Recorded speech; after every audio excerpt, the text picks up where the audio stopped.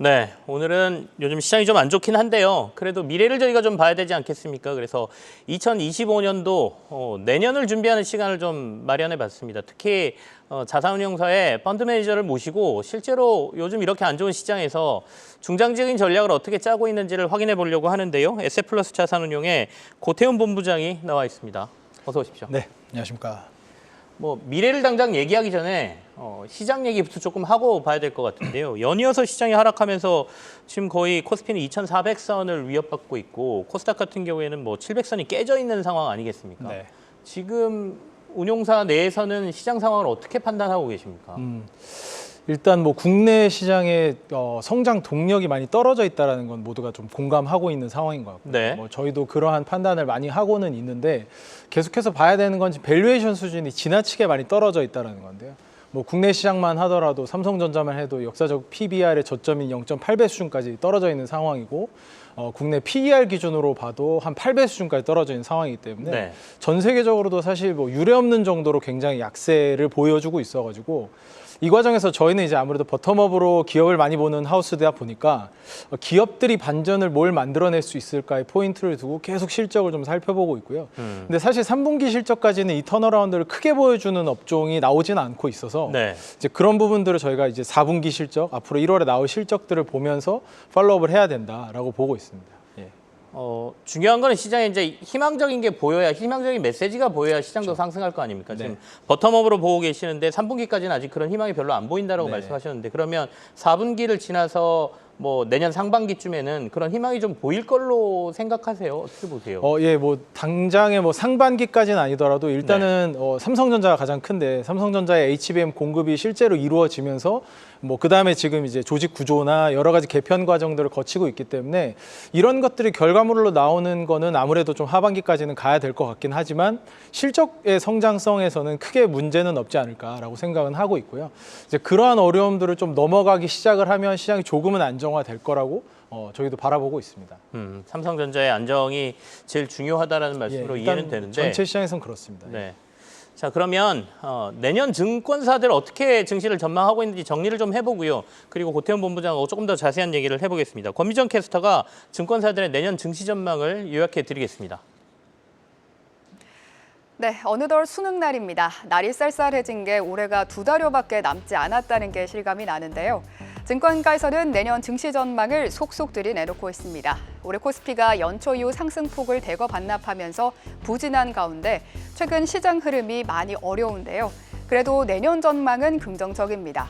내년 2분기 저점을 형성한 뒤 반등하는 상저하고 흐름이 기대되는데요. 여러 증권사가 상반기에는 박스권 장세가 예상되지만 하반기 지수는 최고 3,000까지 오를 수 있다는 낙관론을 제시하기도 했습니다. 최소 2,100포인트 그리고 최대 3,206포인트로 나타났는데요. 하단 밴드로는 낮게는 DB금융투자가 2,100, 상단 밴드로는 SK증권이 3,206포인트를 제시했습니다. 이 밖에 대부분의 증권사가 상단 밴드 3,000포인트를 꺼내 들었는데요. 특히 SK증권은 연간 코스피 평균이 2,700선 후반을 오갈 것이라고 예상을 했습니다. 이렇게 각 증권사마다 제각기 수치 전망을 내놓고 있지만 상반기 국내 증시가 약세를 보일 거란 전망은 일치하고 있습니다. 그렇다면 증권사들은 리포트에서 구체적으로 어떤 분석을 내놨을지 증권가 말말말도 체크해 보시죠. 우선 교보증권은 증시 반등을 위해서는 반도체 업황 회복 신호가 관건이 될 전망이라고 진단했습니다. 우리 증시가 대외 경제 여건 중에서도 수출의 영향력이 크고 제조업의 비중이 여전히 큰 만큼 높아진 물가 환경에서 안전마진 확보가 쉽지 않아 중장기적인 상승 추세는 기대하기 어렵다고 전했고요. 또 유진투자증권은 시장이 예상하기로는 코스피 영업이익이 내년 2분기 이후 완만하게 개선될 거라며 하향 조정 중인 내년 반도체 영업이익에 대한 신뢰가 회복되는 시점이 반등의 시작 포인트라고 설명했습니다. 반면 한편엔 키움증권은 내년 상반기에는 반도체 등 주력 업종의 이익 모멘텀 둔화로 코스피가 박스권에 갇힐 거라고 예상을 했습니다. 하반기에는 유동성 효과를 비롯해 미국과 중국의 경기 모멘텀 등에 따른 이익 모멘텀 개선으로 증시 상승 탄력이 강화될 전망이라고 내다봤습니다. 한국투자증권은 미국 등 주요국 기준금리 인하에도 불구하고 경기 둔화에 따라 수요가 부진했고 또 환율 변동성이나 공매도 재개로 확실한 수급이 부족했다고 짚어냈고요. 또 하반기에는 통화 완화 정책 지속으로 경제 전반에 저금리 효과가 나타나 코스피도 반등을 노릴 수 있다고 분석했습니다.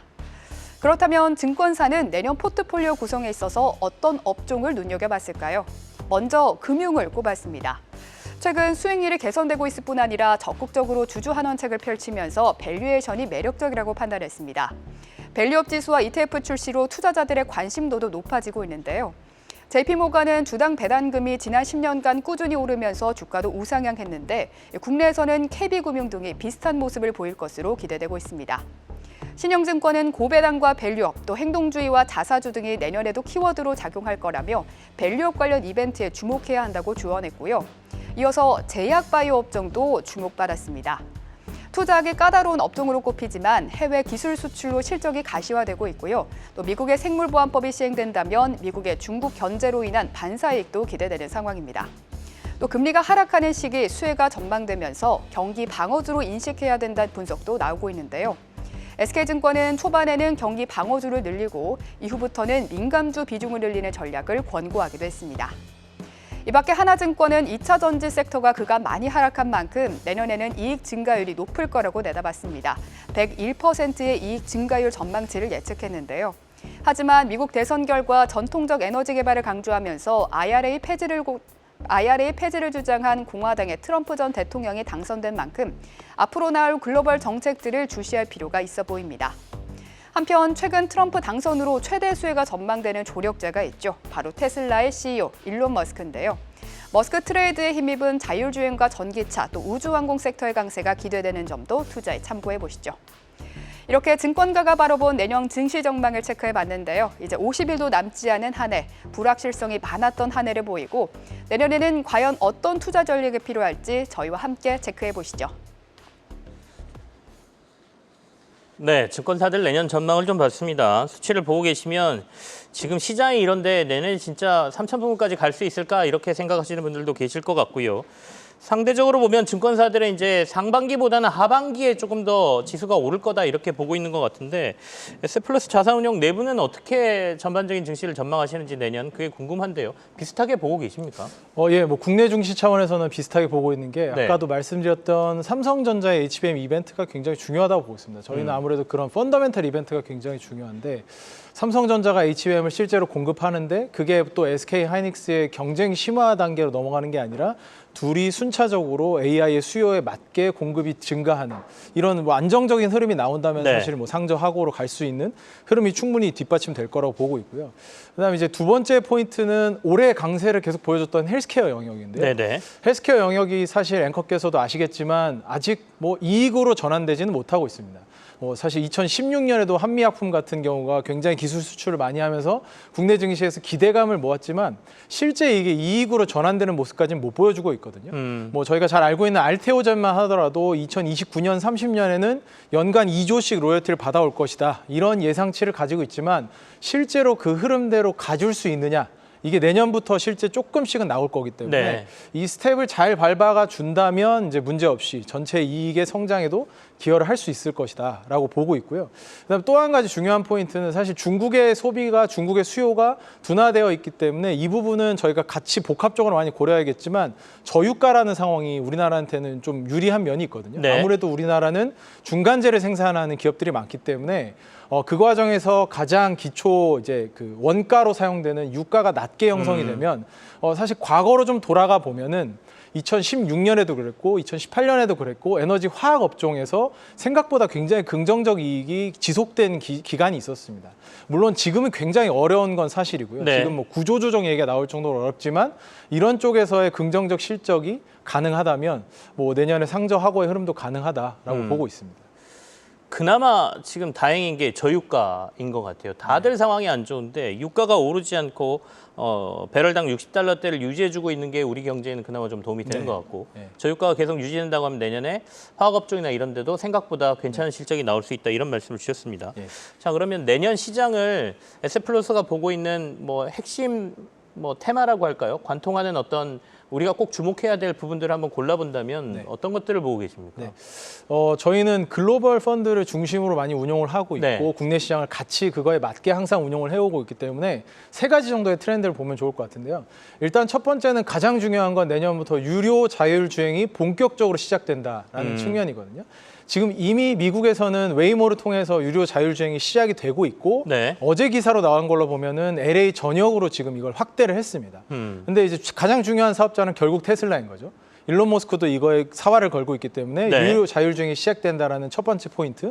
그다음에 이제 두 번째 포인트로는 AI가 지금까지는 하드웨어 투자, 그러니까 데이터 센터 투자, 학습 중심으로 많이 갔다면 이게 이제는 소프트웨어나 추론 영역으로 넘어가는 또 하나의 새로운 시대를 준비하는 AI 기업들을 주목을 해야 된다. 당연히 지금 혁신을 일으키고 있는 모든 동인은 AI이기 때문에 AI는 내년에도 굉장히 중요한 포인트로 저희는 바라보고 있고요. 네. 그다음에 세 번째는 저희가 소비재도 굉장히 많이 보고 있기 때문에 저희가 이 단어를 좀 분류를 해서 얘기를 해보는데 취향 소비라고 저희는 생각을 하거든요. 굉장히 세그멘트가 분화가 많이 돼서 소비자들의 성향이 많이 분화됐지만 이런 분화되는 시장에서 각각의 영역에서 성장을 굉장히 빠르게 하는 기업들이 나타나고 있기 때문에 이러한 트렌드도 좀 같이 봤으면 좋겠다라고 보시면 좋을 것 같습니다. 크게 세 가지를 내년에 일종의 트렌드, 테마로 꼽아주셨는데 빠르게 하나씩 점검을 해보죠. 자율주행은 뭐 트럼프 대통령이 되고 난 이후에 네. 일론 머스크를 정부혁신위원회 위원장으로 선택을 하면서 더 관심을 받는 것 같습니다. 아마도 테슬라의 자율주행 관련 규제들을 다 풀어버리지 않을까 뭐 이런 얘기도 지금 시장에서 나오고 있는데 네. 전반적으로 어쩔 수 없이 우리는 내년엔 자율주행을 봐야 된다 이런 말씀이시네요. 네. 그러니까 일론 머스크가 트럼프를 지지한 여러 가지 이유들이 있겠지만 저는 이제 테슬라의 입장에서 봤을 때는 규제 개혁이 가장 중요하다고 보고 있거든요. 근데 규제 개혁이 중요한 건 사실 지금 FSD를 시작하는 데는 웨이모도 이미 하고 있기 때문에 그걸 시작하는 건 크게 어려움은 없을 텐데 문제는 지난 그 위로봇이라는 행사에서 발표했던 사이버캡이라는 새로운 자율주행차가 문제인데 페달과 운전대가 없는 그런 이제 차량이거든요. 네. 전 세계적으로 이런 차량을 실제로 판매한 적은 한 번도 없기 때문에 이거는 규제에 굉장히 혁신적인 개혁이 좀 필요합니다. 근데 지금 현재 유료 FSD를 모델 3나 모델 Y에서 시작하는 정도는 사실 지금 본사를 뭐 텍사스로 이미 이전했기 때문에 텍사스 지역에서는 금방 시작할 수 있을 거고요. 캘리포니아 지역에서도 지금 웨이모가 하고 있기 때문에 시작하는 데는 큰 무리가 없다. 근데 결국에는 일론 머스크는 뭐 어떤 트럼프한테 테슬라를 잘 봐주세요 이런 개념이라기보다는 있는 규제만 조금 어느 정도만 없애도 다 같이 공평하게 없애도 테슬라의 데이터는 이미 압도적으로 앞서 있기 때문에 이제 그런 측면에서는 테슬라가 주도하는 유료 자율주행 시장을 저희는 계속 주목해야 된다라고 보고 있습니다. 그럼 국내에서는 유료 자율주행 테슬라하고 관련 있는 회사들을 어디를 봐야 될 것 같습니다. 네, 국내는 이게 모빌리티 관점에서 좀 중장기적 대응을 하는 네. 기업을 찾아야 되는데요. 뭐 2개 정도로 좀 추려서 볼 수 있을 것 같은데 저희가 이제 자율주행을 하면 보통은 미국에서도 우버 같은 네. 뭐 이렇게 차량 공유 서비스를 하는 기업들을 좀 보게 되는데 우리나라도 이 시장을 주도하고 있는 건 사실 카카오 모빌리티이거든요. 네. 근데 카카오 모빌리티가 이걸 가지고 얼마나 활용할 수 있느냐가 사실 포인트이기 때문에 저희가 뭐 지금의 시점에서 카카오가 무조건 이걸 합니다라고 얘기하기는 어렵고요. 카카오 모빌리티가 테슬라의 차량을 가져오건 뭐 웨이모의 차량을 가져오건 혹은 현대차랑 협력을 하든지 간에 국내에서 자율주행 시장을 어떻게 도전을 해나가는지를 저희가 좀 지켜봐야 된다. 근데 사실 이 부분은 카카오가 카카오 모빌리티만으로 설명할 수 있는 사이즈의 기업은 아니기 때문에 오히려 저는 이제 그 롯데 렌탈이라고 이제 네. 렌탈 1등을 하고 있는 사업자를 좀 주목을 하고 있는데 이제 롯데 모빌리티라는 이름으로 좀 사명 변경을 하려고 노력을 하고 있고요. 근데 이런 사명 변경의 과정에서 있는 건 결국 모빌리티 전체 체인에 대해서 접근을 하겠다라는 거고 지금 이미 렌탈을 많이 하고 있기 때문에 그쪽에서 운전자를 제공하는 렌탈도 제공하고 있거든요. 네네. 제주도 같은 데서는 운전자와 함께하는 그런 렌탈 서비스도 제공하고 있는데 이런 것들을 자율주행으로 넘어갈 수 있는 모습을 보여주느냐 이런 포인트에서 국내 기업들은 중장기적으로 얼마나 대응을 하느냐가 좀 중요하다 보고 있고요. 그다음에 이제 아주 장기적인 관점일 수 있는데 지난 위로봇 행사 때 일론 머스크가 보여줬던 사진이 있었는데 LA 다저스 경기장을 보여주면서 그 앞에 네. 있는 주차장이 다 없어지고 녹지로 바뀌는 모습을 보여줬거든요. 그러니까 일론 머스크가 하고 싶었던 얘기는 결국엔 자율주행이 되면 지금은 차량이 한 10% 정도밖에 가동이 안 되지만 전체 쉬는 시간 차량이 차량이 없어질 거다 그렇죠. 이런 말씀이시군요. 쉬는 차량이 없어지면 주차장이 도심에서 사라지게 되고 그럼 우리가 생각하는 전통적인 부동산의 가치, 부동산의 변화가 굉장히 크게 일어날 수도 있기 때문에 이런 측면에서 장기적으로 대응할 수 있는 기업들도 저희는 계속 뭐 사실 굉장히 장기적인 스토리일 수 네네. 있지만 지금부터 상상은 해봐야 된다라고 생각하고 있습니다. 뒤에 말씀하신 건 진짜 조금 장기적인 관점에서 말씀하시는 예, 거고 맞습니다. 예. 롯데렌탈처럼 이제 모빌리티, 그러니까 자율주행과 관련돼서 회사가 이렇게 변해갈 것으로 예상되는 기업도 좀 눈여겨봐야 된다. 네. 내년에는 그런 변화가 국내 시장에서도 네. 올 것이다 이렇게 보시는 거고요. 네. 두 번째 내년에 관심 가져야 될 트렌드로 AI를 꼽으셨는데 AI는 뭐 지난해부터 올해 뭐 내년까지 쭉 이어지는 테마인데 이 안에서도 변화가 있을 거라는 말씀이시죠. 네. 소프트웨어 쪽으로 좀 관심을 가져라 이런 말씀이신가요? 근데 기본적으로 하드웨어가 무너졌다면 저희도 소프트웨어에 관심을 가져라라고 얘기하기 사실 어려울 네. 텐데요.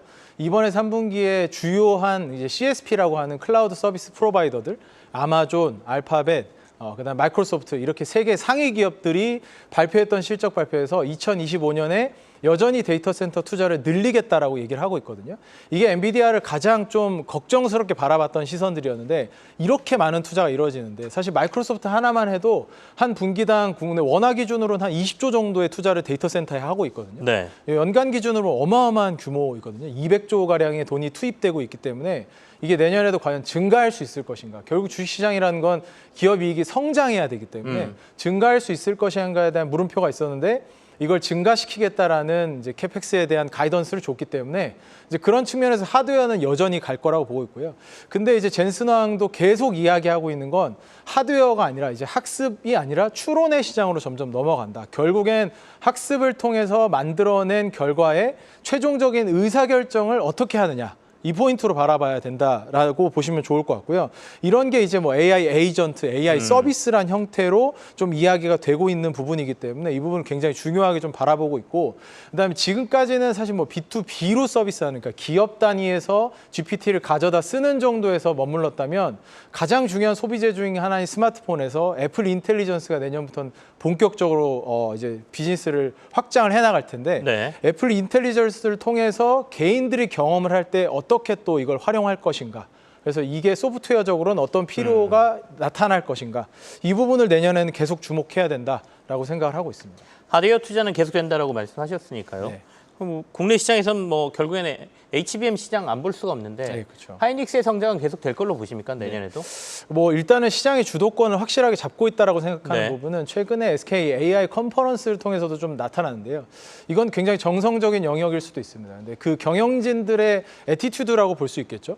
그러니까 최태원 회장이 직접 나와서 그 SK AI 컨퍼런스를 전체적으로 주도를 하면서 젠슨 황이랑 이야기 나눴던 그런 내용들을 이야기를 하거든요. 네. 근데 이제 엔비디아 측에서는 HBM 덕분에 SK하이닉스가 굉장히 빠르게 기술 개발을 해줘서 이 시장이 이렇게 확대될 수 있었다라고 얘기할 정도고 HBM의 스케줄을 더 당겨달라. 그리고 거기서 농담식으로 얘기 나오긴 했지만 6개월 당겨달라고 얘기했는데 또 만나면 또 당겨달라 그럴까 봐 다음은 미팅을 못했다고 하더라고요. 네, 그래서 그런 이슈가 있을 정도로 HBM은 지금 SK하이닉스가 굉장히 엔비디아와 협력을 잘 하고 있기 때문에 뭐 주도권 측면에서 내년 당장 무리가 있다라고 보기는 좀 어려울 것 같고요. 다만 이제 HBM4로 이제 삼성전자가 진입을 하면서 얼마나 강력하게 공급량을 늘릴 것이냐 또 이 수요를 얼마나 시장에서 받아줄 수 있느냐 이 포인트로 좀 봐야 된다라고 보고 있습니다. SK 하이닉스는 그러면 비중을 늘리실 겁니까?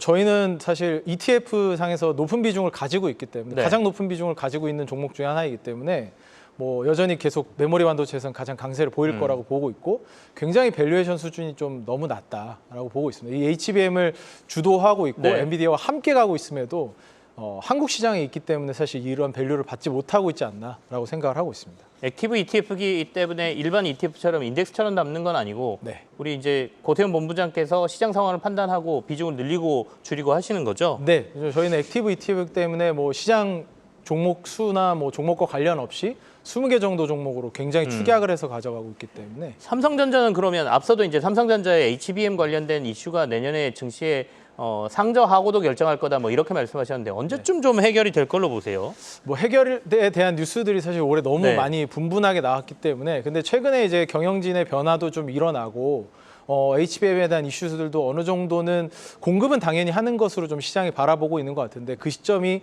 언제가 될 거냐인데 뭐 상반기부터는 일단 공급은 한다라는 얘기는 나오고 있기 때문에 공급에 대해서 그렇게까지 우려하고 있지는 않은데 결국 엔비디아가 얼마나 이 물량을 받아주고 퀄 통과를 충분하게 할 수 있느냐의 이슈이기 때문에 저희가 이거는 상반기에 계속 좀 지켜보면서 가야 될 것으로 좀 생각하고 있습니다. 지금 삼성전자가 5만 원 잘하면 오늘 뭐 4만 원도 좀 찍고 다시 올라오거나 이럴 수 있을 거다 이렇게들 얘기하는데 네. 지금 삼성전자를 투자자들은 어떻게 해야 됩니까? 근데 저는 이제 네. 이 상황에 이벤트를 봐야 된다라고 생각을 네. 하는 게 이벤트를 섣불리 먼저 들어가서 이제는 뭐 충분하게 많이 빠졌으니까 여기서 많이 들어가자라기보다 저희가 항상 말씀드리는 게 아주 저점이어도 분할 매수로 들어간다라고 말씀드리거든요. 왜냐하면 이 이벤트가 어떻게 될지는 사실 알 수 없는 부분이고 네. SK 하이닉스가 여전히 HBM에서 점유율을 더 많이 늘릴 수도 있기 때문에 그런 측면에서 바라볼 때는 저희가 너무 성급하게 들어가기보다는 지금 굉장히 역사적 PBR 저점이기 때문에 어느 정도 비중이 아예 없으시면 어느 정도는 가져가고 이걸 뭐 한 15로 정도 나누면 지금은 한 1에서 2 정도가 들어가면 네. 내년에 이벤트가 나왔을 때 좀 더 의미 있는 3, 4의 비중을 들어가고 확실하게 HBM에서도 주도권을 가져갈 수 있을 거라 보일 때는 내가 가져갈 수 있는 삼성전자의 최대 비중 가져가는 식으로 분할적으로 좀 접근하시는 게 좋지 않을까 생각합니다. 뭐 역사적인 저점인 건 맞는데 저평가는 맞는데 우리가 이른바 말하는 저점이란 걸 언젠지는 알 수가 없으니 그죠. 지금은 아주 소폭이라도 조금은 담아놓는 게 필요한 것 같은데 네. 적극적인 거는 아까 말씀한 HBM이나 뭐 이런 게 해결되는 신호가 봤을 때 네. 그때쯤 판단하는 게 맞다라는 네. 말씀이시고 아까 세 가지 테마에서 마지막 남은 게 취향 소비였습니다. 취향 소비를 조금 더 자세히 듣고 싶어요. 예. 그 취향 소비는 국내뿐만 아니라 뭐 전 세계적으로도 많이 나타나는 현상인데 저희는 네. 이게 그러니까 취향 소비라는 원인을 먼저 좀 살펴보자면 소셜 미디어가 사실은 이제 글로벌리에 확산된 지가 거의 한 15년 정도 됐고 굉장히 익숙한 플랫폼이 되었기 때문에 소셜 미디어라는 존재를 통해서 소규모 브랜드들이 그러니까 일명 우리가 로컬 브랜드들이라고 얘기하는데 이 로컬 브랜드들이 전 세계적으로 확산되는데 시간이 그렇게 오래 걸리지 않고 돈도 많이 들지 않는 시장이 되어가고 있잖아요. 그러니까 이런 현상들이 근데 뭐 미국 주식이든 우리나라 주식이든 굉장히 많이 나타나고 있기 때문에 네. 이런 걸 어떻게 봐야 되느냐 저희는 계속적으로 봐야 된다라고 생각을 하고 있고요. 그다음에 이제 소비자들 차원도 마찬가지인데 차별적인 소비를 추구한다라는 건데요. 요즘 이제 러닝 트렌드가 굉장히 강해서 러닝화 관련된 트렌드로 좀 예시를 들어드리면 과거에는 그냥 운동하면 나이키, 아디다스 정도의 브랜드들만 보시던 많은 소비자들이 이제는 뭐 호카라든지 온러닝이라든지 아식스라든지 굉장히 다양한 브랜드들을 보고 계시고 네. 그 브랜드들 또한 뭐 유튜버들이나 굉장히 다양한 소셜 미디어들을 통해서 리뷰를 받고 어느 정도의 안정성을 가지고 있기 때문에 이런 기업들이 사실 사이즈가 결코 작지 않거든요. 지금의 시가총액은 한 20조 정도 언저리. 그러니까 이게 사실 트렌드가 확산되기 전에는 10빌리언 아래, 그러니까 10조 원 아래에 있다가 그거보다 많이 이제 트렌드가 올라오면서 커졌는데 이렇게 보시면 이제 글로벌 브랜드들보다 로컬 브랜드들이 빠르게 성장하는 국면이기 때문에 네네. 이런 게 이제 미국이나 국내나 다 마찬가지로 전 세계적으로 나타나는 현상으로 바라보시면 좋을 것 같다라는 포인트입니다. 잠깐만 이 말씀을 드리고 가야 될 것 같습니다. 당국에서 이제 구두 개입성 발언, 외환 시장과 관련된 구두 개입성 발언이 나왔습니다. 시장의 변동성이 너무 크고 과도하게 확대되는 변동성 같은 경우에는 적극적인 시장 안정 조치를 적기에 시행하겠다라는 최상목 경제부총리의 얘기가 나왔습니다. 아무래도 오늘 달러 인덱스가 106까지 올라간 상황이기 때문에 원달러 환율이 상방으로, 그러니까 원화의 약세가 조금 더 나올 가능성이 있어 보이거든요. 그래서 미리 시장에 대한 구두 개입성 발언이 나왔다라는 말씀을 드리죠. 그리고 오늘 지금 이제 저희 방송 보시고 오늘 시장이 안 열리냐고 물어보시는 분들이 계시는데 오늘 수능 날이어서 10시부터 개장이 이루어지고 있습니다. 그래서 1시간 빨리 2부가 일부로 8시 반부터 지금 하고 있다. 잠시 후에 30분 정도 흐르면 10시에 국내 증시가 개장한다는 말씀을 드려보고요. 취향 소비와 관련돼서 고태훈 본부장하고 지금 얘기를 하고 있었는데 전반적인 글로벌 트렌드를 말씀해 주셨고 네. 국내에서는 그럼 취향 소비와 관련돼서는 어떤 부분을 봐야 될까요? 딱히 떠오르는 종목들이 별로 저는 없거든요. 예. 근데 사실 우리나라의 기업들로 봐도 미국인들의 취향 소비에 좀 주목을 많이 해야 되는데요. 네. 우리나라의 소비력이 엄청나게 늘어나거나 중국인의 소비력이 많이 늘어나는 국면은 아닌데 미국 같은 경우는 지금 그 증시가 미국 증시 자체가 최고가를 계속해서 갱신하고 있고 전체 자산에서 주식이 차지하는 비중이 한 40% 정도 될 정도로 굉장히 웰스 이펙트, 그러니까 부의 효과가 강하게 일어날 것으로 생각을 하고 있습니다. 네. 그렇게 본다면 미국인들이 주목하는 우리나라 소비재들 계속 주목할 필요가 있는데 국내에 올해 많은 뭐 시세를 줬던 이제 삼양식품이라든지 네. 이런 기업들도 결국에 해외 수출이 잘 됐기 때문이거든요. 근데 지금 이제 뭐 파마리서치라든지 이런 그 의료기기나 미용 쪽도 미국의 소비자들이 우리나라 기업들을 계속해서 좀 찾고 있고요. 이러한 트렌드들이 나타나는 기업들이 있기 때문에 저희가 미국에서 소비 효과가 올라가는 기업들 주목하고 있고요. 또 하나는 이제 미국에서도 국내 화장품에 대한 관심이 많은데 화장품 브랜드는 너무 변동성이 커서 어렵다면 네. 이걸 생산해 줄 수 있는 기업들, CMO는 저희는 계속 좀 주목해서 OEM, ODM들은 주목해서 가져가야 된다라고 생각을 하고 있습니다. 최근에 화장품 기업들 주가 하락이 좀 컸는데 내년에도 미국의 소비자들의 취향을 고려한다라고 하면 나쁘진 않을 것 같다라는 말씀입니다. 저희가 2025년도를 관통할 수 있는 트렌드 3가지를 오늘 에셋플러스 자산운용의 고태훈 본부장하고 얘기를 좀 나눠봤는데요. 이 얘기를 다 종합해서 그러면 투자자들이 내년도 포트폴리오 전략을 세울 때 가장 중요시해야 될 것들 조언을 좀 해주고 마무리를 짓죠. 네.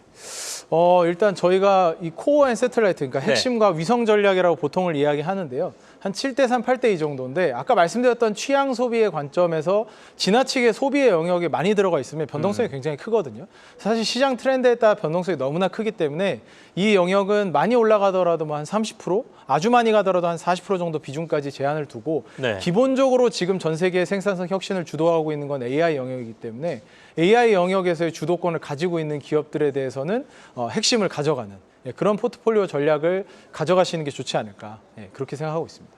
알겠습니다. 에셋플러스 자산운용 고태훈 본부장과 함께 내년 시장도 좀 보고 지금 현재 시장 상황, 자산운용사 펀드 매니저가 보고 있는 시장 상황까지 점검해봤습니다. 오늘 고맙습니다. 네, 감사합니다.